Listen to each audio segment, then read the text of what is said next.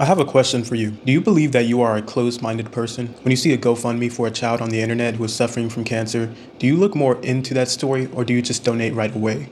Do you also think that actors are only on TV and that liars are only in politics? Well, let me break down the reason that I'm actually asking these questions. As veganism and animal rights has grown over the years, it has received a lot of backlash from the animal abusers. There's a growing number of videos in which people are pretending that they are ex-vegan. Usually goes a little bit like, I felt good in the beginning, but over the years, I started losing hair, I had bloating, acne. It sounds the same every time. To my knowledge, someone who's been an animal rights activist and vegan for 6 years now, most real self-proclaimed vegans that you'll see on the internet have usually done some form of animal rights activism or have made it clear that they stand firmly that animals should have the right to live. It takes less than 5 minutes for some random person to fake being vegan and some health guru to fake that they've ever even tried a plant-based diet just to sway someone else away from it. There is no ethical way around arguing for the abuse of animals.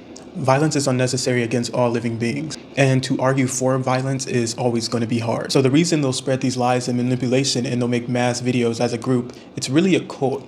You'll often see a bunch of ex-vegan story videos from small channels on YouTube. These people are most likely linked together and have some sort of agenda to push against animal rights and veganism. It's also very popular in the anti-vegan movement to accuse vegans of being cult leaders. The only problem with these accusations is the accuser is usually the perpetrator. And studies actually prove that. Studies also prove that people are more likely to make a bad decision based on what their friends are doing when they're out with them, or simply because those around them are doing that bad decision as well. Which is why as a group they come together and make a bunch of these ex-vegan videos so that people who are looking into going vegan for animal rights are swayed away on the spot. The thing about bad decisions is the more people who are doing it, the less bad it seems, but that's not actually the reality. It doesn't matter how many people are consuming animal products, how many people don't respect animals in general and want to give them the right to live. When you see the reality and you see these videos and what humans put animals through just for 5 minutes of taste pleasure, or a pair of leather boots that you could have bought synthetic, or because you get entertainment from watching them run around with a rope around their neck and being jerked at a rodeo, that is a bad decision regardless of who's doing it. And anybody who can truly think for themselves and use their own brain and not make their decisions off of the actions of other people, anybody who can think for themselves truly would understand that. And they would also look into the research that continues to prove that a plant-based diet is suitable for all stages of life if done correctly, if you're consuming the right things and putting the right things into your body and treating yourself well. A health and fitness influencer on the internet is not a good representation of what veganism and animal rights is. Veganism isn't some plant-based diet. You can restrain from eating all secretions from animals and from eating animals, and you can still be a non-vegan.